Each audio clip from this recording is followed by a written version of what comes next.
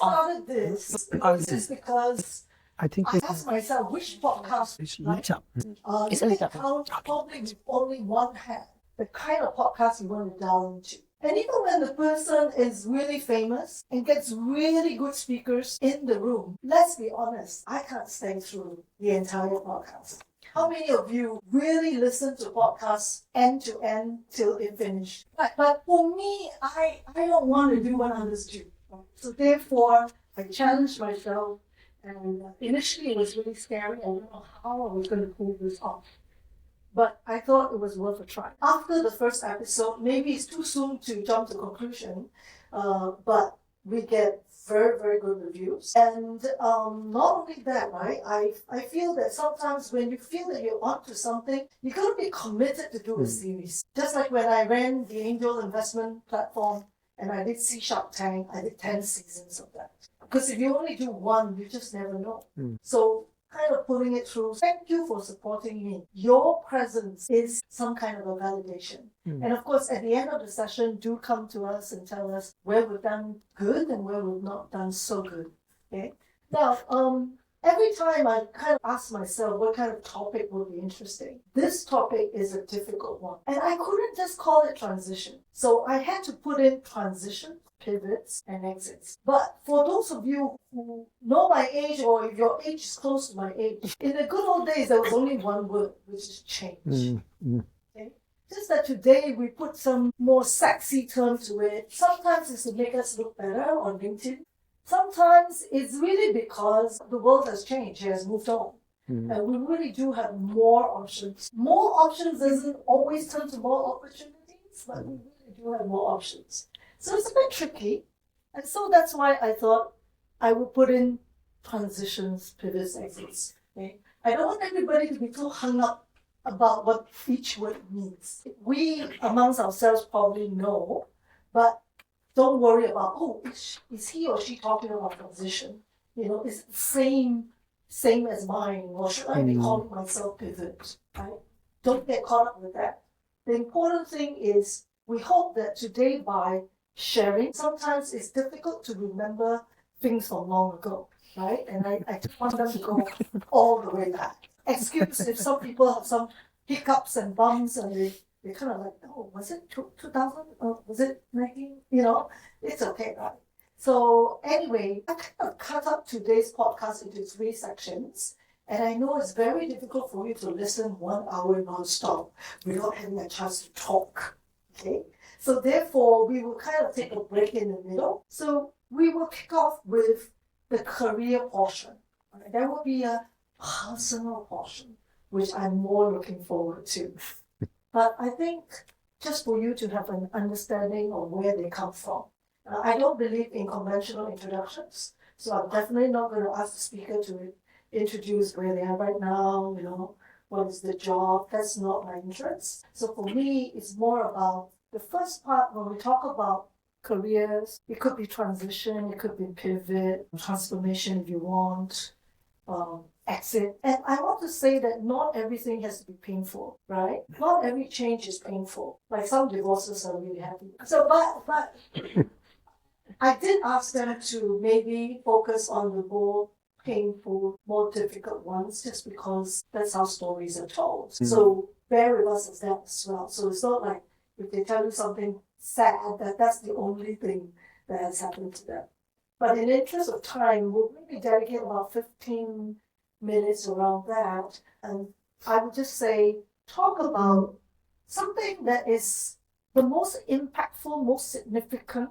It could be pivotal moments. It could be your milestone in life. It could be how you see your career, or how you used to see your career and how you see your career now. So kind of stay in the realm of the career space and talk about how you guys have navigated, strategized, made heaps of mistakes, and what did you learn from it? Over to you guys. I could start, maybe just kick off the conversation. So first of all, Christina, thank you so much for putting a a topic that gives us the canvas to talk about change in different perspectives. And particularly to what you said, I don't think this is about the dictionary definition of the three keywords, right? So since we have three pieces in that title, let me kind of look at my career life, coming to about 30 years, in three acts, if it were a drama, for instance, right? So I started my career as a software engineering graduate from India.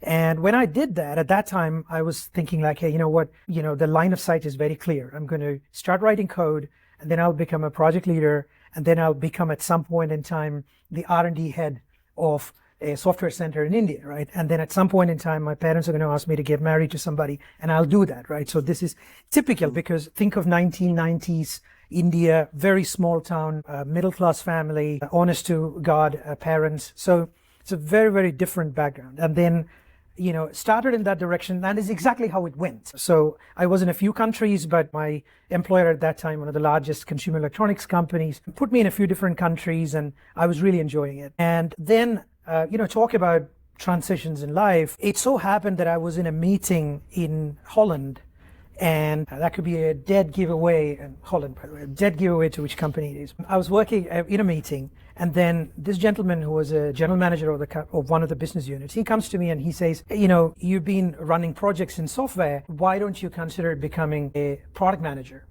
And I was like, yeah, I have zero experience in that space. I don't think I can do it. And he said, oh, you could relocate to Singapore and come and work in the corporate office, and then you'll become a product manager. And the very first thing I told him was, no experience, and I think I'm going to fail.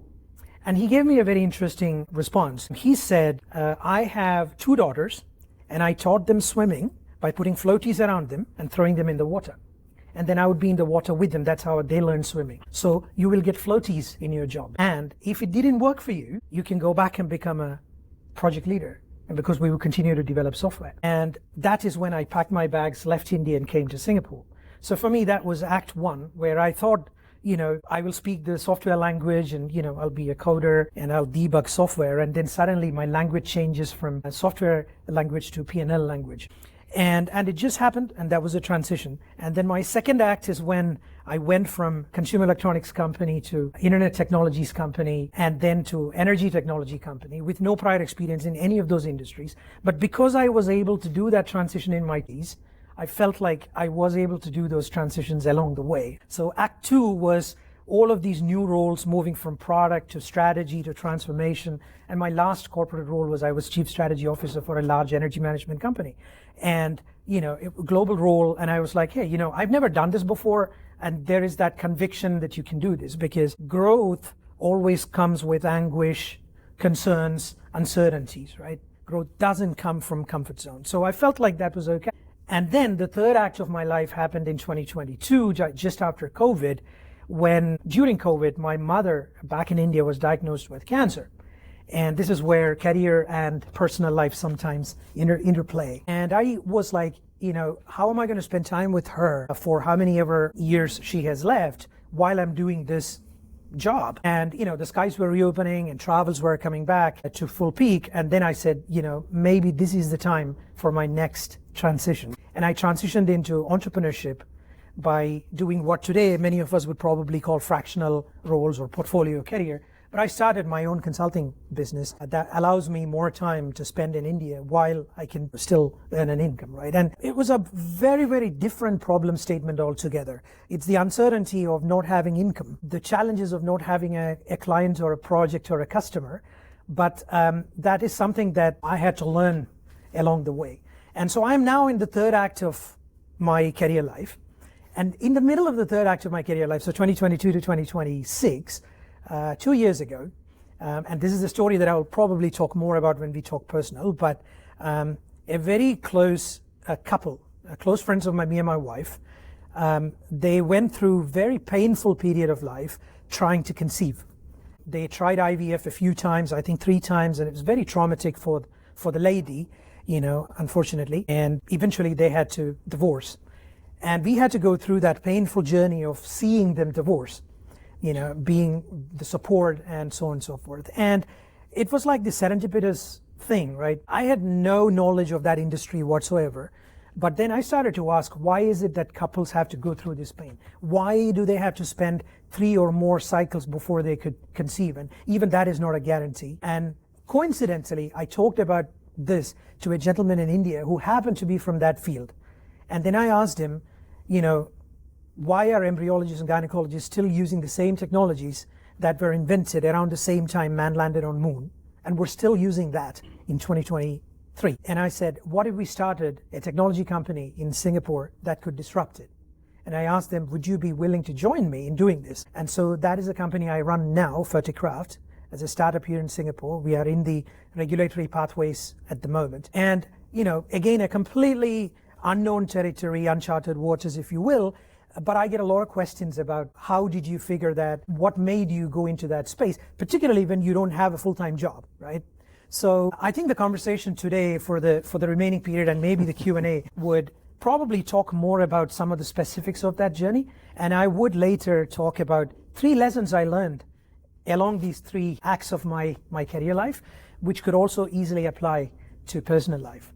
So I'll probably pause there so we can talk about that in the next part of the conversation.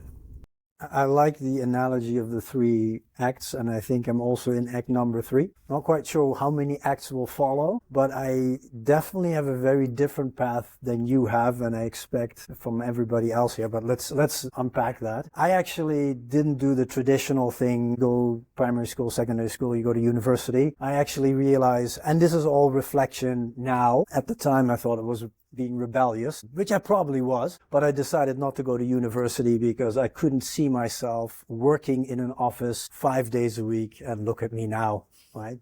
25 years later, I've done exactly that. But rather than going to university, so I decided to actually join the army.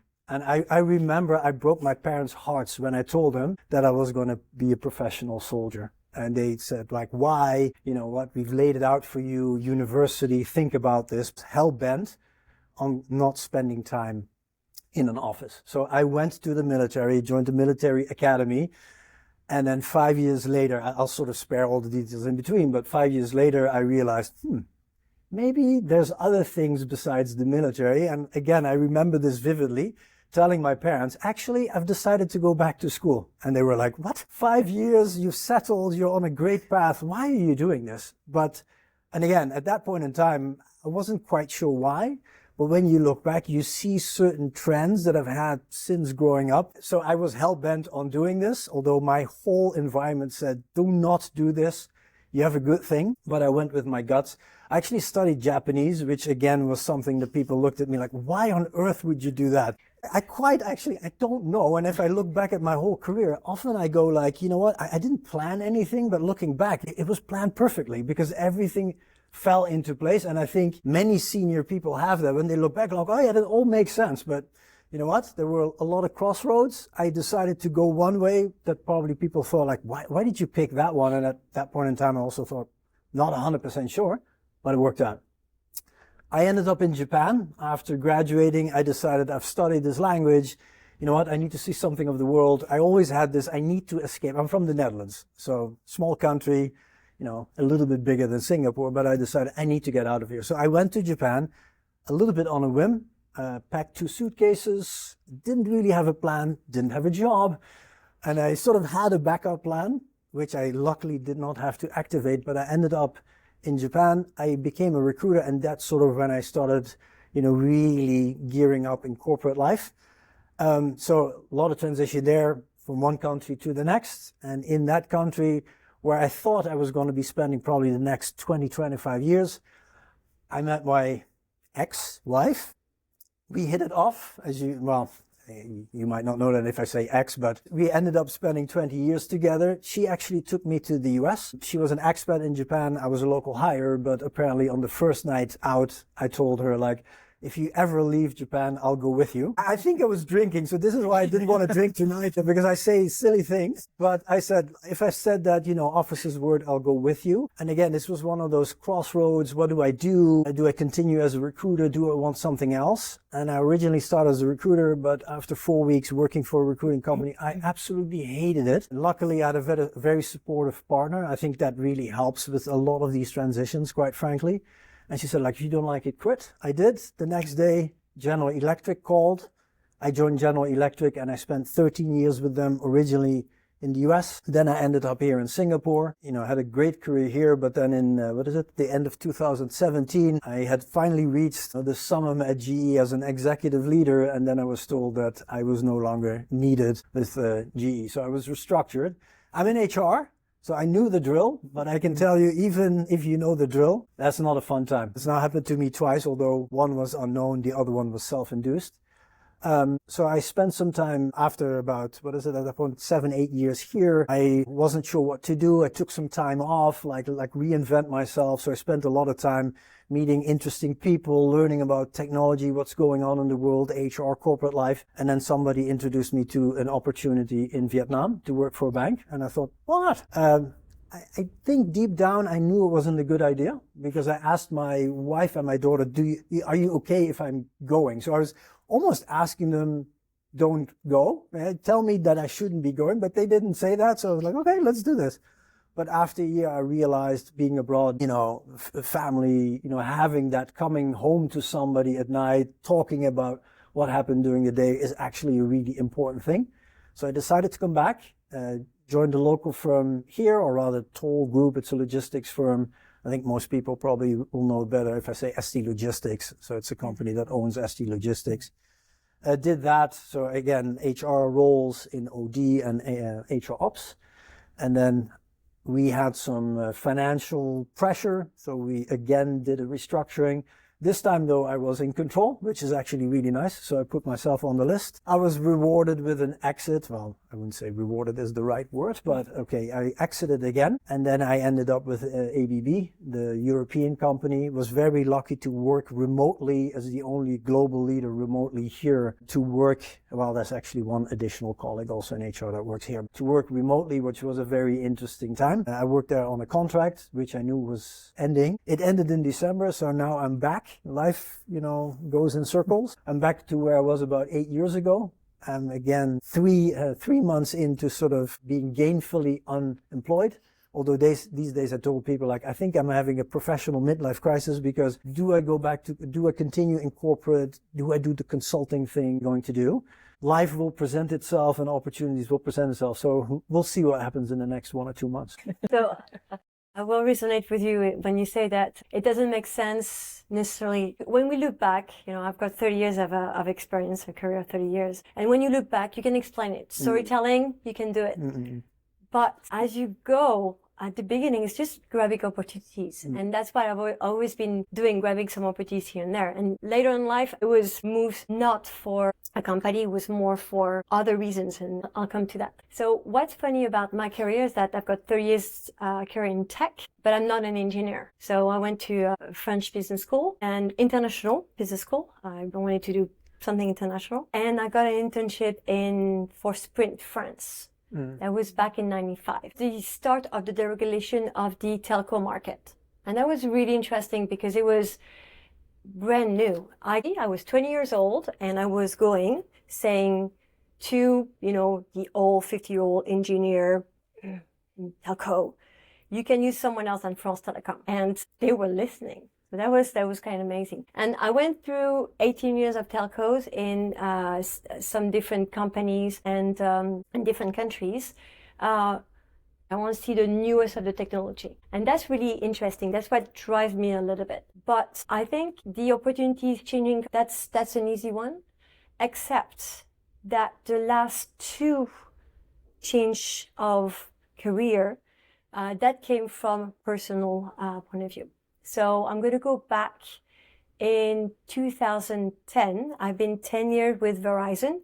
I've survived Chapter 11. I don't know if you guys remember, but I went through UUNet, MCI WorldCom, so many people let go. 3/4 of the marketing that was at the time part of got let go. I survived that. And then we end up, and they're doing riff after riff. And I've been married for 6 years with an American and it's not going well. So I decide to put as many kilometers as possible. So I want to go to Australia. I need to start from scratch, right? So I still want to work in telcos, of course. So I end up putting on my backpack, go on a 3 weeks vacation. look for a job in Brisbane, Sydney, even Hobart. I went to Tasmania to look for a job. You know, they were giving PRs. So yeah, I was motivated. And of course, when you're that motivated, at some point it works, right? So I got one hint on my way back. I stopped in Singapore, had an interview, ended up getting a job offered 3 weeks later in Melbourne. And I'm like, I can't, Melbourne, never been. I want to be in Sydney. No, it's Melbourne. They're like, okay. And they're like, what, in 3 weeks? I'm like, I need to sell my house. I need to finish my divorce. I'm not divorced yet completely because it takes time. And like, they come back to me 3 months later and say, hey, we got another job in Melbourne. I'm like, Sydney? No, Melbourne. I've never been to Melbourne in my life, right? I don't know anyone in Melbourne. So I take the job. It's with Orange Business Services. So my first French company, in Australia. And I moved there with 2 suitcases. And I will always remember it was the day before my birthday.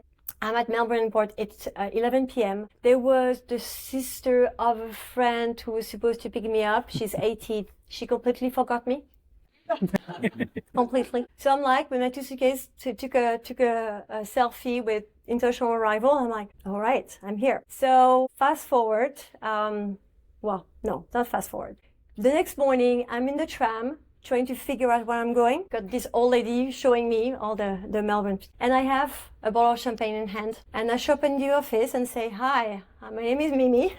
I'm starting to start a new life. And it's my birthday today. And so I moved to Australia because of a divorce and to start fresh. 1 year later, I meet my future husband in Singapore during a business trip. And I don't want to move out of Australia. I love Australia. We go back and forth for 2 years. But after 2 years, I'm almost 40, I'm 39. We need to, at some point, be together. So he was supposed to come. Of course, he couldn't find a job. So I'm like, okay, I'll make it for 2 years. That was 2013. I'm still here. And I moved to Singapore. And in Singapore, again, I don't have a job, because what I forgot to tell you is that when I was at Verizon, I asked to be transferred in Australia for 2 years. And they're like, no, you need to stay. You need to stay. I'm like, I'm going to make it to Australia with or without you. So because they were having a RIF every year, I ended up putting myself in the last RIF and get to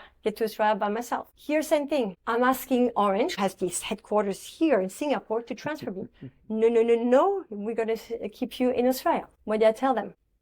I'm going to make it to Singapore with or without you. Especially, I'm going to Singapore for love. But this time around, I didn't get into telco. I got an opportunity to completely change industry. So I changed country, industry, and company. And I got into Schneider Electric. So energy management, close from telco, but not that close. So I had to learn from scratch. I stayed there for 8 years, and I then changed again after 8 years because I got an opportunity to go into general management in the cloud area. What's the link between the virus transition is when I joined Schneider Electric, it was to build up the hyperscale segment and the telco segment. So I was going to work for the customer that I was from. When I moved back to cloud, because telco had really evolved into cloud, I was going to the customers I was taking care of. I was taking care of AWS, Verizon, Equinix, Microsoft, Google, etc. And this time I jumped to the customer again, the customer side. So that's how the transition happened to me. I've been 5 years in the cloud ecosystem, so 2 consulting firms and now AWS. And I look back, it sounds completely planned, normal evolution, but I can tell you a lot of it was either opportunities, or it was to get away from one husband or closer to the second one. All right, I'm going to speed run this so we can get to your other side of your stories. I think after listening to all of your stories, the parts that I resonate most with, and I think it's one thing that underpins all of it is in my own kind of journey, is that everything I did with, and I went all in on. So even if I was completely uncertain, I just went all in it. So let me rewind the clock. When I was 11, my father sat me down and asked me, what's your 5-year plan? I stared at him going, I don't know, but I think I want to do something with writing. I think I want to do something with media. And my dad said, no, there's only 3 options for you. Lawyer, sous chef, court translator. Like, what is the connection between these three potential careers? And he said, well, from what I understand, these are the only three types of roles or careers that you can do that will give you the income that will be able to supplement you or support you with the lifestyle you've been accustomed to at 11. And so what did 11-year-old me do? I started reading my brother's university law journals, trying to get myself into the mindset of, you're going to be a lawyer. That's what's going to happen to you. But I really, really didn't want to. Eventually, after a couple of years of fighting, I ended up going to journalism school for 3 years. And then the plan was always for me to go to New Zealand because my parents had a PR there. I already had initially shot down the request for me to go there for high school because I thought their education system was lacking compared to Singapore. So the compromise was go there for university. Now, when I went there for university, I was enrolled in a double degree for law and commerce. Asian parents' best dream. Went there for 6 months, did law and commerce classes, and really, really, really didn't like statistics. So I quit, and then I wanted to go to design school. But then I was told, actually, in New Zealand, to go to design school, we need you to go to fine art school for like 6 months to get your fine arts qualification before you can become a designer, even though I already had a portfolio. Imagine me trying to tell my parents, hey, I'm going to drop out of law and commerce to go to design school, but actually I have to become an art student first. But, luckily my mom, the first thing she said was, I knew this would happen. So let me talk to your dad. I don't know why you thought you could make this work. So by the way, the reason I thought I could make this work was my dream was always to become a creative director in the advertising industry and live in New York and have a nice loft and all of that. That didn't happen because, well, at the time I was considering a move to New York. The current president was becoming the president at that time as well, so it's like a time warp. So I decided that wasn't such a good idea. So although I did work in advertising for a short while, I got jaded by it. So I went to design school, peaked in design school, got a couple of awards, and then thought, all right, my life is set now, I'm going to be a design person. So went into advertising as a creative designer, thought that would be my life. Got jaded by people stealing my ideas all the time. So I then took the leap in and then decided to do brand design. So let's go back to my roots or what I was trained in and try brand design. So I did an overhaul for Yellow Pages at the time, digital, not the book. And that was great for about slightly less than a year. So after we launched the new brand, an opportunity came to go to Air New Zealand, but to join the strategy and transformation team. I was called a learning experience designer, but I never touched a single e-learning module. Actually, my job was to run a couple of lunch and learns every week, write a themed newsletter, and also look after a couple of secret experiments. So there were about 200 to 300 side of the desk experiments that staff were running all the time for whatever the company's purpose was at the time. And at the time I was there, it was on-time performance. So everything from using Apple Beacon Watch technology to flag, when a flight is about to be delayed or canceled to save time and cost, developing an EaseLink card system for security people to kind of tap in and out instead of filling out manual forms, digitizing pilot manifestos, using our LiDAR technology at the time as well to kind of figure out where the bottlenecks were in the check-in areas without compromising passenger privacy. So things like that were really, really cool. I got to break Oscar, the chatbot at the time, and also help the data science team build conversation trees in IBM Watson manually. And then my job was to break Oscar, so it was great as well. A lot of fun in that role, just figuring out what was possible out there in terms of aviation innovation and, the secret layer that Air New Zealand had for all their innovation. We also kind of knew it was, but it was kind of an unspoken thing. So I did that, and then 6 months from getting married, I was told that, your job might be made redundant, so you might want to look out. So I had some time, but I looked out, and then I ended up becoming a service design advisor for the University of Auckland at the time, for their libraries and learning services, so research candidates and all of that. So I did that. Then COVID hit. I made the jump in the middle of COVID, onboarded in the middle of a street where I had to drive, and then the HR person handed me my laptop really sketchily in an alley. So worked through COVID, and then the opportunity came when they said, hey, we're looking at opening an office in Singapore. We were acquired by a big company. And so I said, why not? And at the time, there was already a design lead here. So I had to give up my design lead title, give up my team in New Zealand, and move home. And then at some point, we got a formal head of sales, and I was asked to move into sales, at which point I had an existential crisis. In retrospect, I had a panic attack because I started wandering around town, not knowing what to do with my life because I felt like I was going to sell out. By getting into sales. And eventually I told myself, you know what, this is probably one of the best skill sets you can pick up. So I did that. And while doing that, I learned the Singapore landscape pretty rapidly. I learned that enterprises here are tech first, implementation first. Don't want to ask questions, they want to see results first. So I did that. I jumped right into understanding machine learning operations. But I reverse engineered every engagement that I could to include some kind of product thinking by embedding a product manager or a design person inside there so that I could try and help my clients see more holistically. Then the company got shut down. And then I decided to jump into venture building because why not? So I joined SC Ventures at the time and worked on the early stage validation of potential ventures, rewrote the entire process of how they did that and helped other people pivot the way that I had kind of inadvertently learned to jump from thing to thing and go all in throughout my own career. Then the opportunity came to pivot into AI fairly recently. So I now work in AI, driving strategy and adoption for one of the major banks. That's my career. And any regrets? I mean, it sounds, we already said, right? I mean, if you look back at it, it feels like it's planned, everything goes perfect. In any of these decisions that you made, and I mean, I immediately, when I was hearing you talk, I'm like, oh, I can at least think about 2 or 3, but are there any, or like, transitions or pivots that you actually regret? Like now, they might sort of look good, but if you could change it, you would?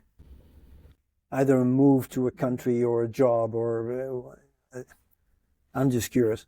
I'm going to tell you, I regret not transitioning or changing companies earlier. And that's when I mentor people, I always tell them, do not stay more than 3-4 years in the same role. And if you're not being able to change role within the same company, you need to change company. So I stayed 10 years at Verizon and 8 years at Schneider Electric. And while my scope enhanced completely and I achieved fantastically, I stopped, at some point I stopped learning. And I regret not taking more risks and not changing earlier.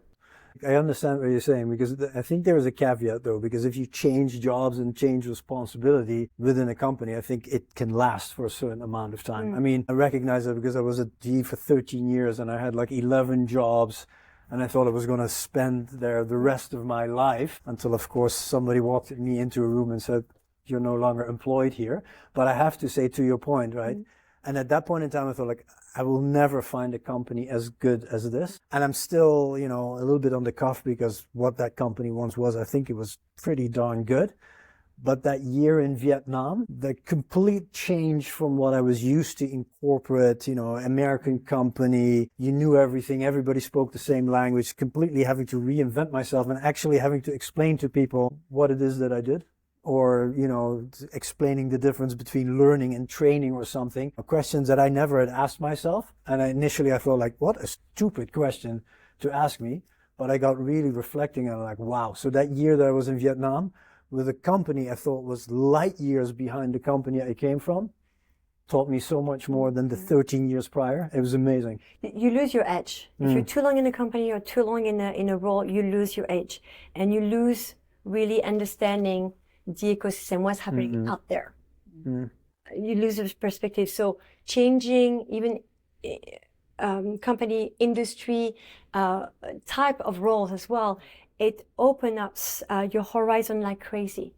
And even going back, so I went to INSEAD, I did my executive MBA at INSEAD, you did an MBA as well. It teaches you a lot, it reopens that. But nothing beats actually doing the job and learning again, getting in the uncomfortable zone, as you said it. I don't want to sound like I have it all planned out, but I don't have a regret in terms of jumping and moving, because I did, by chance, I did what you said, which is jump every couple of years, or at least change roles within the same company every couple of years. The thing that it's a double-edged sword, but the thing that I somewhat regret is how much of myself I put into some of these roles that then hurt me. So maybe diving into a little bit of the personal here, but an anecdote. I was sitting in Vietnam in a cafe after a self-initiated trip to try and find ourselves some extra development support, because we had to let go of so many developers in one of my previous companies. So I was sitting in this cafe and there was an emergency team call that was put together, and I jumped on, and it was the third wave of retrenchments in a couple of months that I've heard about, except this one hit harder than anything else because all the designers in New Zealand were the one, and my previous friends were the ones being cut. And I had remembered a time where this MD that I had at the time, probably from a really good place, sat me down initially and said, everybody's jobs are on our backs. And from the moment he said that, I carried that throughout the whole time.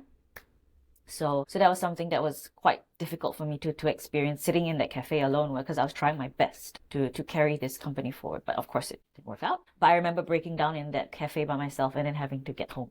So that was probably putting too much of myself in that, but I also learned a lot from that experience.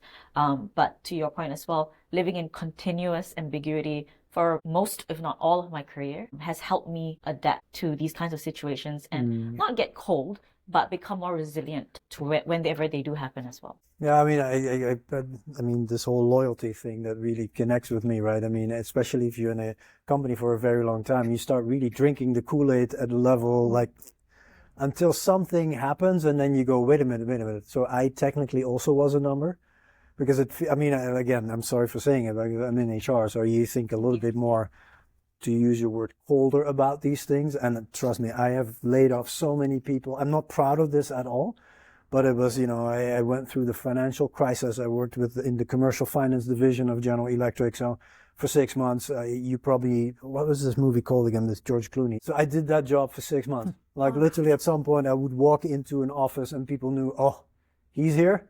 This is not a good sign. And I was at the company at that point in time for like 3 years. 3 years. So I was extremely junior, but everybody knew if he's in town, it's not good. And I have to admit, like for a long time, it was really easy and it was very transactional until it happened to me. When I sat in that room and somebody told me, and I understood all the rationale, because this is this is not all I do, but this is one of the things I do. But when it hit me and how it was done to me, like, wow. And I told to myself, now I know some of the things I've been doing, I think probably good, but now I know, like, this is not what I want to experience again, or I want to see nobody go through this experience. Again, yeah, I hear what you're saying, but that loyalty thing, I think I'm still loyal. If I work for somebody, I will give it my all. But to your point, I'm probably now going to be a little bit more calculating and say, like, yeah, in the end, if I'm not...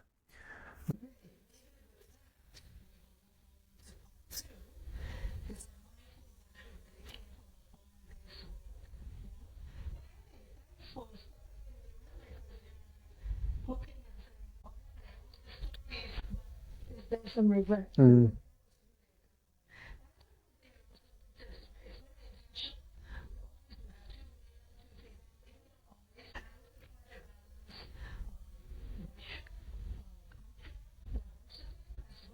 Age. So who's the youngest on the panel? The storytelling. It's like,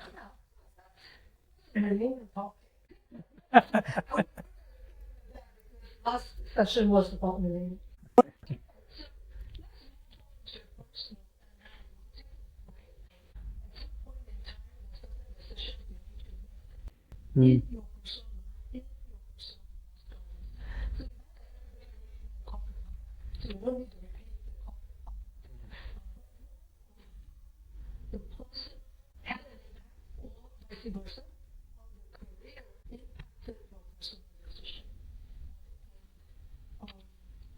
The tensions, right? Especially the tensions. Some of us are very lucky. We have a harmonious family. We have like strong women, have great husbands to back them, or strong husbands have great wives to back them. Not everybody has that.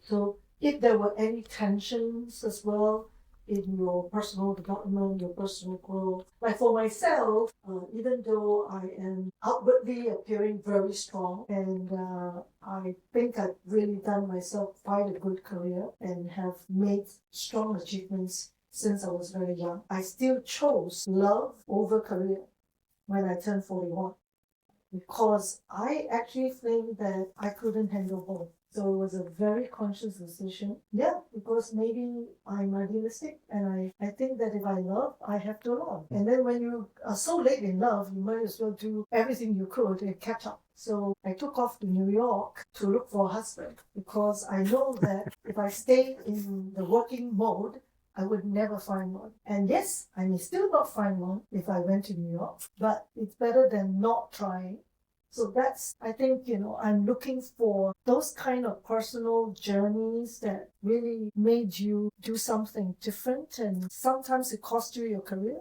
And sometimes maybe it helped you, right? So maybe share a little bit of that. Of course, anybody who's gone through divorce, I'm always interested in that. So, maybe also share a little bit of the things that you never learned. You thought you learned and you just keep making the same mistakes. Not that we want to laugh at your mistakes or celebrate your mistakes, but it's just the kind of thing, it's human. So back to you guys. I'll kick it off for the personal element. And because while we were talking and I was thinking about the countries that I've gone to and why I was going to these countries, because I heard a number of times it was sort of professional. I think I actually realized that for me, it was probably a little bit more personal, with the exception of one, which is when I went, and maybe even that's a personal one too. I think my first time when I left for Japan, I was graduating, I was living together with somebody, and the original plan was to actually go to Japan for 1 year. But I think in all honesty, I was probably trying to escape a little bit from this relationship. So I went to literally to the upper, and it's not because this person was a bad person or anything else, because I think in hindsight, I think I was pretty darn happy, but I think from a young age, I've had this, this area is too small for me. There's something else. I don't want to be tied down to something. There needs to be something else. So we sort of agreed that I would go and do my thing for a year abroad. I'd come back and then I would have that out of the way. Well, that was more than 25 years ago and I didn't look back. So I think the first time was sort of a little bit of escapism, if you will. If I look back and I'm honest, it was probably more that than anything else. So the second time that I moved, I moved from the Netherlands to Japan. The second time I moved from Japan to the US. Simple reason, that was for love, which I think is often a strong driver. It's either you're trying to find it or you're trying to escape it. So I went to the US for 10 years. It was actually a country, and irony is sweet, because I remember when I was in the relationship in the Netherlands, my partner was actually looking at doing, because she was a medical student, she wanted to do something in the US, and I told her, there's no way in hell that I'm going to the US. I do not want to go to the US. And then literally 5 years later, I went there, I got married there, and it's like the world got turned completely upside down. So I spent 10 years there, but in those 10 years, I have to admit, and I think often culture also plays a role in these personal decisions. I am from Europe. I thought for many years, as a European, the US is easy, but actually I think it was easier for me to live in Japan because I knew it was different and I didn't mind. And when I came to the US, I struggled. My first year in the US was terrible because everything I did every day was, in the Netherlands, we do this differently. It was as simple as opening a bank account. I brought money, and almost like a bag of money from Japan, to deposit in a bank account, thinking I would get a credit card. And then people said, no credit card because you don't have credit history. So anyway, I tried to actually leave the US for quite some time, and especially when I was at GE and I was in a leadership program, so there were abundant opportunities. My ex had a really good job at Mondelez, so we thought, it's easy to global companies. It was actually extremely difficult to find the right location for two people until we said, one just goes and the other one, we'll see what happens. And in my case, it was literally on 1 year passing through. My parents lived in Thailand. We visited Singapore. I'd never been here. My wife had some kind of business meeting. I vividly remember it because I was with my daughter flying back. My daughter was 5 or 6 at the time, and she said, it would be cool to live in Singapore. And I said jokingly, you'd have to ask your mother. And then when she came back, she said, I just got offered a job in Singapore when I had just accepted a new job within General Electric. But, we'd been talking about this for probably 5 or 6 years. So we said, okay, let's do it. So again, it was a personal, yes, it was a career one, but it was not mine. It was my spouse's. So that gets me here. Then the Vietnam one is just pre-COVID. I lost my job. I got an interesting opportunity to work on the board of a bank. But deep down, again, there's a little bit of our relationship wasn't probably fantastic at that point in time. I probably didn't quite realize it yet. But yeah, I moved there. I wouldn't say I was escaping. On the contrary, the moment I think I landed, I realized that this was not a good move. I need to get back. So it took me almost 12 months to really pull that trigger, because people were counting on me, had sort of, asked for some loyalty, which was difficult for me to get out. And I have to admit, I mean, in hindsight, I probably used the personal card a little bit to get out of the situation. Now I'm here. I'm now divorced after COVID, personal. Actually, it was a very interesting time. I think I got extremely close with my daughter during COVID, but my wife and I sort of started, traveling apart, because all of a sudden we were so close all the time. And then we realized, oh, we've been married for so long. Is this really what this is like after so many years? And then because my wife was an expat, at some point she had to go back, and then we sort of pulled the trigger. I think that in a lot of the decision and transition or the pivots, we have to take into account when you're in a couple. You have to take into account the other career. Correct. But something that has driven my career and my life was the definition that my grandmother and my mother taught me: never, ever, ever be depending on someone, a man, actually. But Okay. so I started working when I was 20, and I never stopped, and I never will. When I've been in a relationship, I always said the decision, especially living overseas, was we need to both, if we were to move somewhere else, if we were to pivot, transition, it has to be beneficial for both. So when my future husband told me he couldn't find a job in Australia, but he would meet me anyway, he would come without a job, I'm like, you find a job first. Because my previous husband had moved, and he wanted, right? I was ready to move to the US, and I had found a job there. And he's like, no, I'm going to make it to France. He came from the Middle West. He had, he didn't speak French, and he looked for a job for 9 months, and it was hell. It was hell. So I didn't want to repeat this. I'm like, no, like, it looks like I've seen it before. I'm going to make the move. I'm going to find a job. But I'm like, it's, watch me, because next time it's my turn, right? So when he got an opportunity, really nice opportunity to go back to France, I was in middle of INSEAD, and I had a good career here, Bayonne, where it's nice. It's nice here, very good ham, good wine, but I couldn't find, I looked for a job for 6 months, couldn't have had 6 interviews, not a single slice of opportunity, right?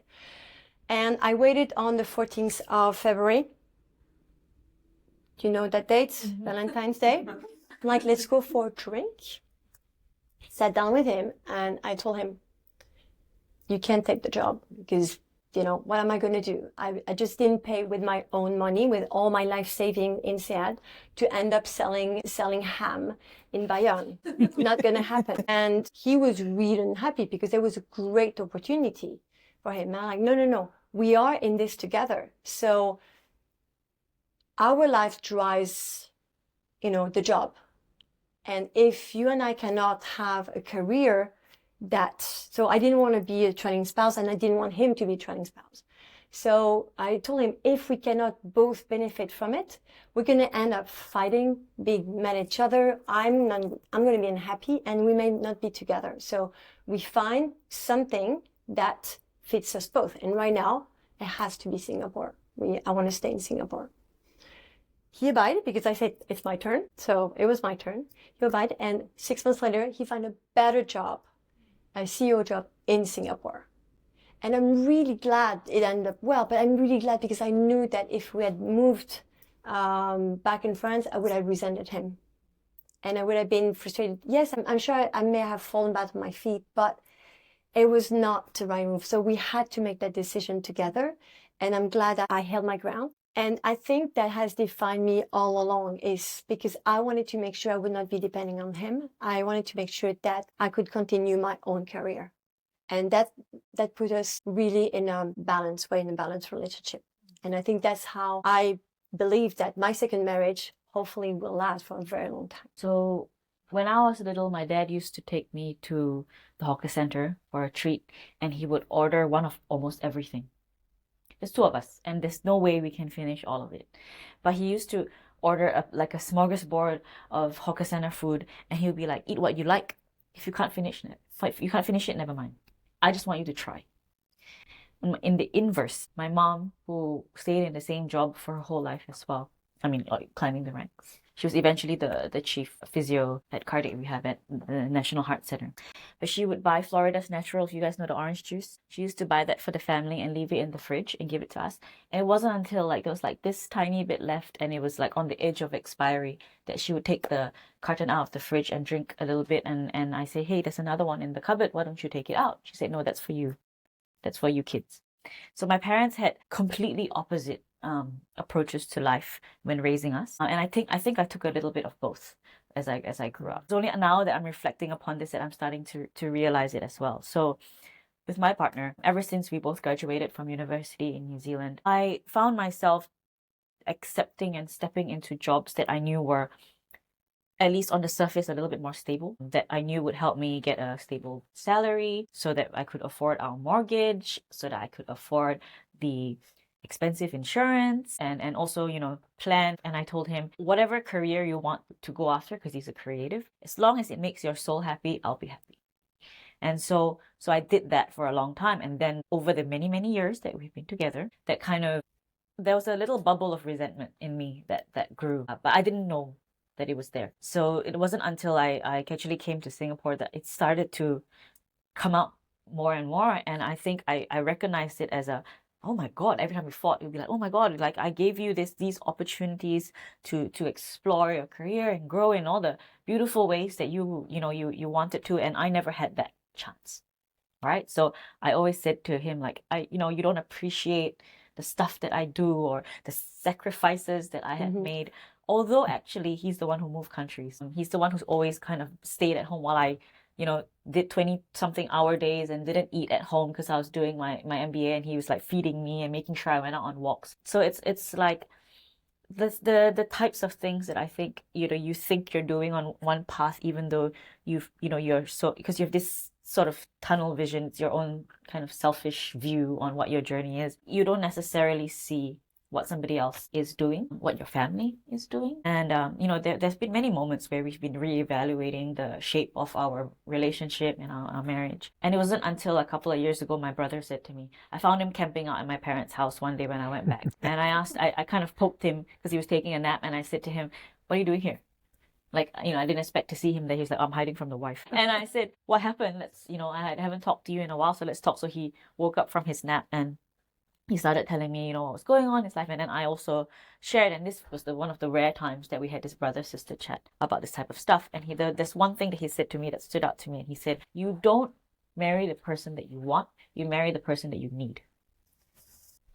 So you may not necessarily see it at some points in your relationship, but you feel it when shit hits the fan, or when you feel like you need the most support. So, we've been together for 12 years. So a 12-year relationship has a lot of ups and downs, and we're still constantly reevaluating what it means to us and whether we want to stay in it and all of that. But it is a very, like our own lives, it kind of ebbs and flows. And it definitely has a direct impact on how I viewed my career, what I should do, my decisions about where to stay, what kind of jobs to take, and also then how do I kind of pass on my learnings from whatever I have done in his direction as well. I'll give a different perspective on this from my point of view. So if you go back to where I started, typically in India, this is a arranged marriage concept. And that is something which I knew wasn't going to fit me, particularly in the early years of my career.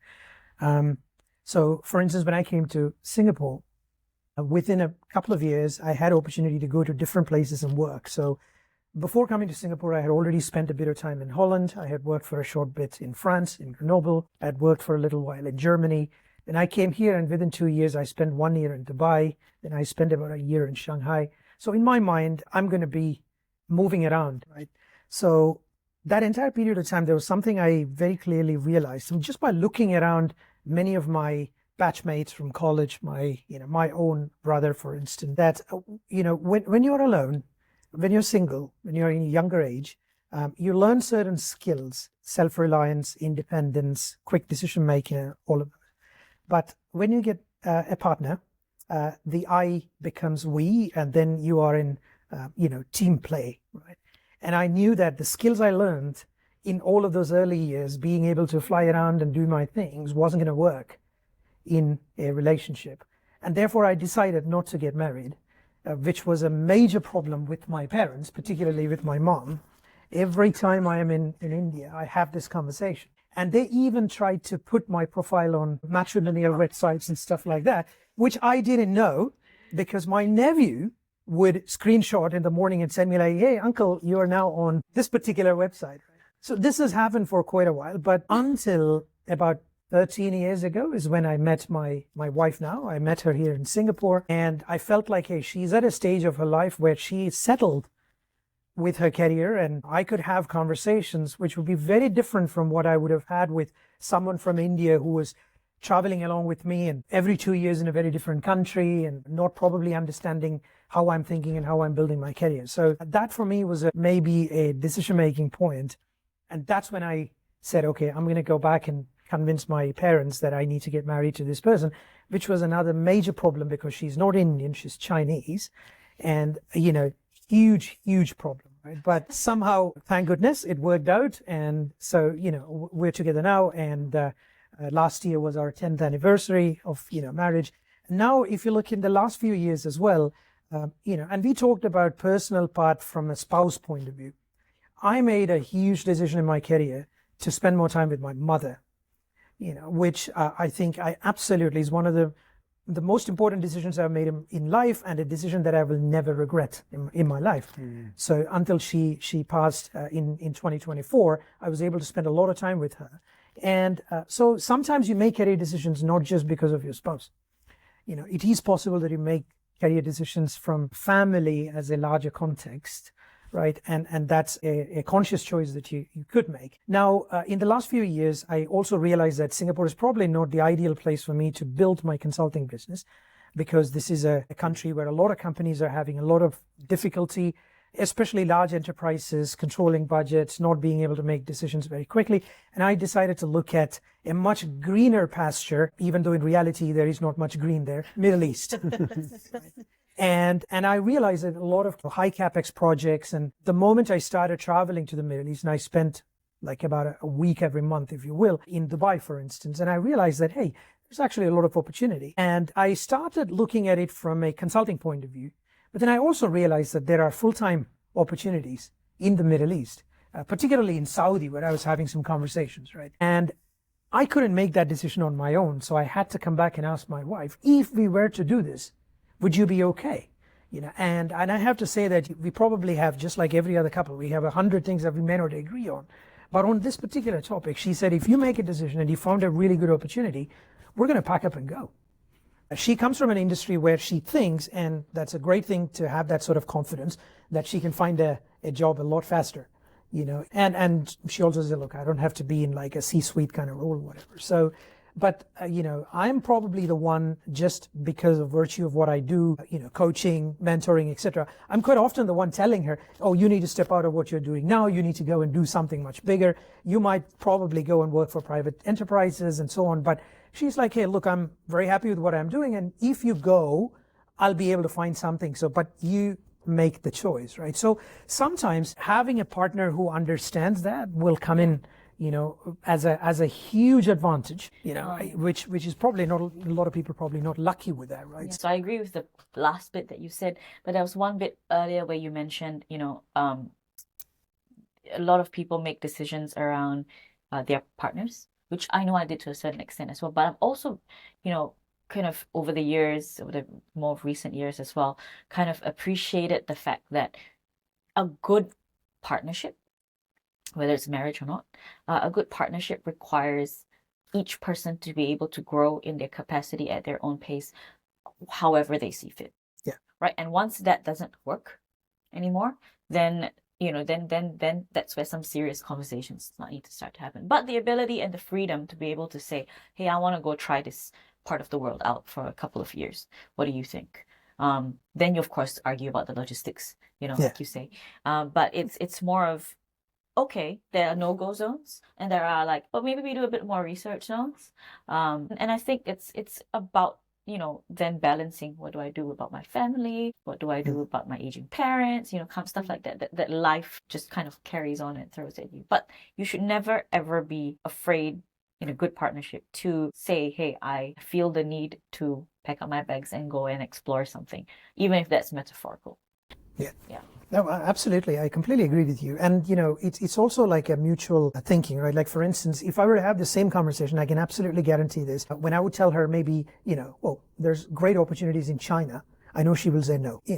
Absolutely. I know that. On the contrary, if I say, India, she would be a lot more open and she'd be like, yeah, maybe we can go and try, right? So, and that is also a respectful point of view, not to say like, oh, just because I found a great opportunity, we should both pack up and go. So I absolutely agree with what you said. I think having that flexibility and knowing that you can have that open conversation, right? I think that's probably, and this is why I love the fact that you structured the career and the personal part together, because I think they absolutely go hand in hand. And having someone, kind of as your sort of, wind beneath the wings or whatever is important for you to be able to try things. And particularly for me, because when I moved out to this sort of entrepreneurial stint, which means absolutely question marks every day about whether there will be a project tomorrow, it was exactly the same time we decided to buy a house and build a house, right? And taking a lot of commitments, because I got my red passport, and the first thing that we said is let's, buy a home, because that's when you can buy land here in Singapore. And we decided to do that, and it's a huge commitment. And we did that. And knowing that we were going through this transition, for her to still say, hey, look, let's go through this and let's figure this out, and certainly helped me make those decisions and stick to the plan of action. So I think it is certainly an important aspect. But don't you think also that in part of it is it's your courage and your ability to articulate what you need clearly enough so that your partner understands your vision, where you intend to go, even if it's not clear all at once. So that confidence that you're able to instill in your partner or, people around you, that, hey, actually, I want to do this thing. I don't exactly know what I'm doing, but I know what I need to do, and be able to communicate that in a way that gives them the confidence to go, you know what? He or she doesn't have it all figured out, but they will be fine. Yeah, well, to your point, right? I think it's two dimensions. It's for both parties to have confidence in themselves and have confidence in each other, because if it's not there, it's going to be more difficult, right? And like you're really, taking a leap of faith, if you will. Well, I want to ask you, what would you have done if she had said, no, it's too risky right now? I would have certainly respected that. But then at some point in time, we would also have seen the challenges that come with it. Because just going back to also what you said and sort of maybe connect the two. So one of the things with her particularly is that she is certainly not having that same framework like me, where I'm always experimenting, tried different new routes, etc. Whereas she's a little bit more like the loyalty aspect that you talked about earlier. She's been in that industry for quite a while. She's built her name in that space for quite a bit. So she's very happy navigating that space. And in my case, that's not me, right? So I've got to try new things. If there is a fertility industry, I will jump into it. So I think for her, that stability is enough for her to say, look, I'm not in a position to tell you whether you should do this. If you feel the conviction to go do it, go do it. And I think that is the respecting. I like that, because in that sense, the term, opposites attract in this case, I think works really well, because if you're exactly the same, it's actually going to probably create some more problems. Yeah. I mean, if I look at myself, right? Yes, my ex also, I mean, she still works for the company she started with like 27, 28 years ago. I, on the other hand, was much more comfortable, like, oh, I'll find something else. Like, I think I have a brand, I can sort of market myself. That's where sort of the confidence comes in. I had the confidence, like, I can find something else. And B, she had the same ones, like, yeah, this is not going to cause a problem down the road because you're going to resent me because you gave something up. But I had to reinvent myself every country where I was a training spouse. I sort of had to reinvent myself, because I wouldn't say I had to start from scratch, but I left behind some track record somewhere else. And you need to be very comfortable with that, because otherwise, at some point, I think the resentment starts kicking in. Like, what if we wouldn't have done this? I would have been here, and blah, blah, blah, blah, blah. So you need to give up something. So it's a confidence and the ability to giving up something if it doesn't happen. And I agree with you. And it's a bit like your example, right? The France versus Singapore discussion, because both of you are at a certain stage where you're both seeing that sort of line of sight. Correct. And then you have that challenge. But if one of the partners, and I also feel that I may be lucky in that respect, that this conversation didn't happen in my 30s. Because if it was in a younger age and, we just had a kid or something, and then, the kids in school, then back in, I still remember back in college, in mathematics, we all used to learn that the more variables you add to an equation, the smaller the solution size, right? So I always stick to that fundamental principle in life every time, even if it's a small holiday planning. The moment there is 100 different criteria to come with, I was like, no, we have to simplify the equation. You have to remove certain variables. And I think some of those variables probably would have made life very difficult for us if it was earlier when both of us are building career. But I think at this current stage where we've seen each other, what we're capable of and where we are, I think it made probably that conversation a lot easier, which may not be the case for many others, who are going through more variables naturally.